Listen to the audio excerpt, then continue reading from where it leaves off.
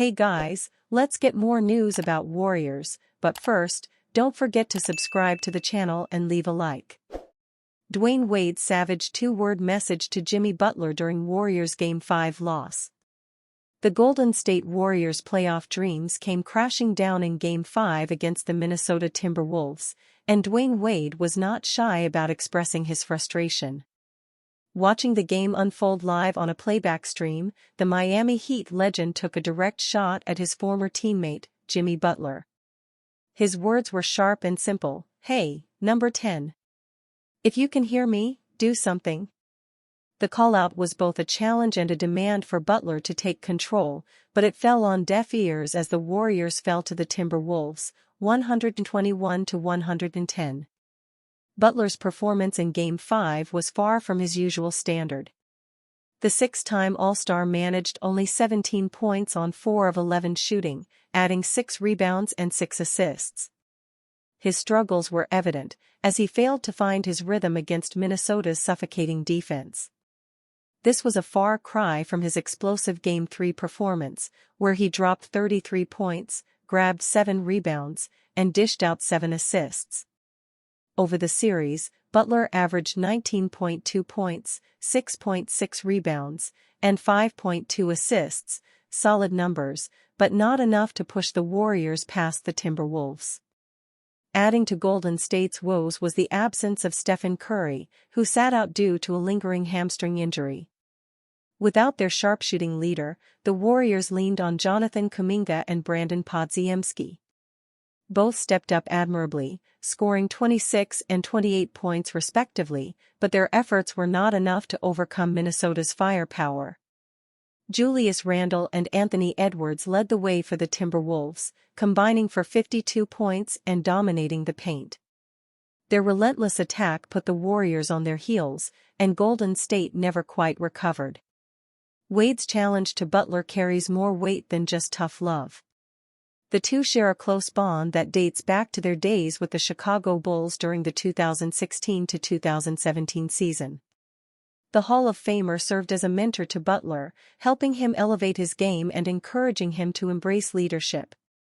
His public call-out on the live stream reflected not only his frustration but also the high expectations he holds for the 35-year-old forward. As the Warriors bow out of the playoffs, questions linger about the team's future. Butler, known for his resilience and drive, now faces an off-season of reflection. Wade's words, though harsh, might be the motivation Butler needs to return stronger next season. The message was clear: the time to step up is now. Warriors' Jonathan Kuminga has made a statement that no one is listening to. In the midst of the most trying time of his NBA career, Jonathan Kuminga is making it abundantly clear that his scoring exploits can translate to the postseason. Unfortunately, the Golden State Warriors don't appear to be listening, perhaps indicating a future that's already been decided. Kuminga has his flaws, but with Golden State's back against the wall, he stepped up to fill a massive void and confirm just how far gone this union is. Kuminga has struggled to find the court during the 2025 NBA playoffs, failing to play a single minute in 4 different games. When Stephen Curry went down with a left hamstring strain, however, the door was opened for someone to step up in the Warriors' leading scorer's place. Kuminga has answered the call, delivering a string of performances that most would have been praised for providing under pressure. Kuminga made the most of his 23 minutes in Game 2, scoring 18 points on 8 of 11 shooting and adding another 5 rebounds for good measure. He went off for 30 points in 36 minutes in Game 3, and kept the momentum going with 23 points in 30 minutes in Game 4. Despite leading the Warriors in scoring over the past 3 games, however, little seems to have changed in terms of how Kuminga is viewed as a future cornerstone. Jonathan Kuminga leads the Warriors in scoring over past 3 games. Kuminga will become a restricted free agent this coming summer. As such, he will have the opportunity to sign an offer sheet with a different team, but Golden State will reserve the right to match and overrule any contract he otherwise receives. One simply can't help but wonder if or why the Warriors would actually bring Kuminga back when one evaluates the trajectory of his career. Kuminga, who's still just 22 years of age, is a dynamic scoring threat who has averaged 20.5 points per 36 minutes through 4 NBA seasons. Unfortunately, his minutes declined from 26.3 per game in 2023 to 24.3 in 2024-25. That included a number of benchings by Warriors head coach Steve Kerr, which Logan Murdoch of The Ringer was a product of Kuminga prioritizing his shot over Curry's. Regardless of what the reason was, the bottom line is that Kuminga's Warriors career has been the epitome of stop and go. He's been a force of nature as a scorer at times, but even when he seems to have momentum on his side, stability is far from a guarantee. The reasons may include his defensive inconsistency, shot selection, and inefficiency as a shooter, but for a Warriors team that lacks offensive firepower, Kuminga's erratic development has been mutually detrimental. As Kuminga shows out in the playoffs against one of the best defensive teams in the NBA, his success has thus been bittersweet to witness. Perhaps it's a statement that Kerr can't ignore, but it feels like more an audition for a new suitor than a larger role with the Warriors. Warriors now have a deadline for a Giannis Antetokounmpo trade. The Golden State Warriors have been linked to Giannis Antetokounmpo for years, and this summer it appears that such a trade could finally come to fruition. Yet that opportunity comes with a deadline, the 2025 NBA Draft.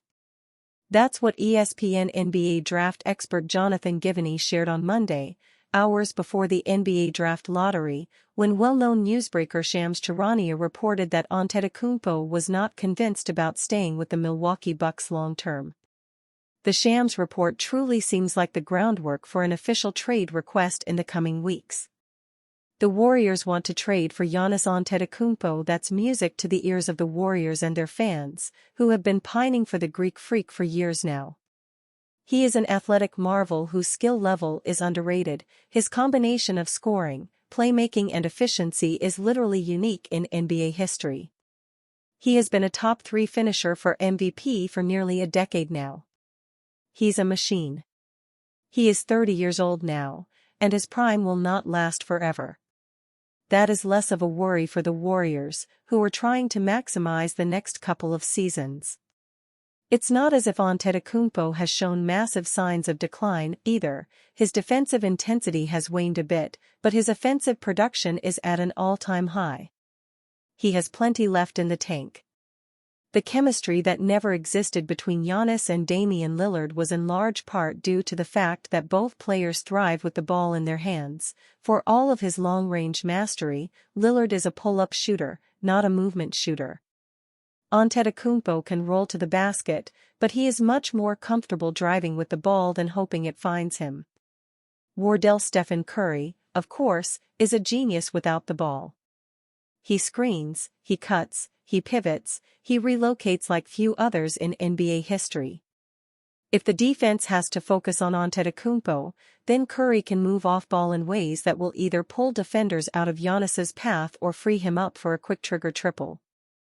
There are other questions that need to be answered, including how the Warriors will match his salary and what assets need to be included to entice the Bucks to come to the table. How much value would Wisconsin native Brandon Podziemski have in a deal? Moses Moody? Will Jimmy Butler or Draymond Green be included? Now an extra layer is added to the equation: timing. Last summer, the Warriors were in discussions to trade for Paul George before a deal fell apart. And you fan?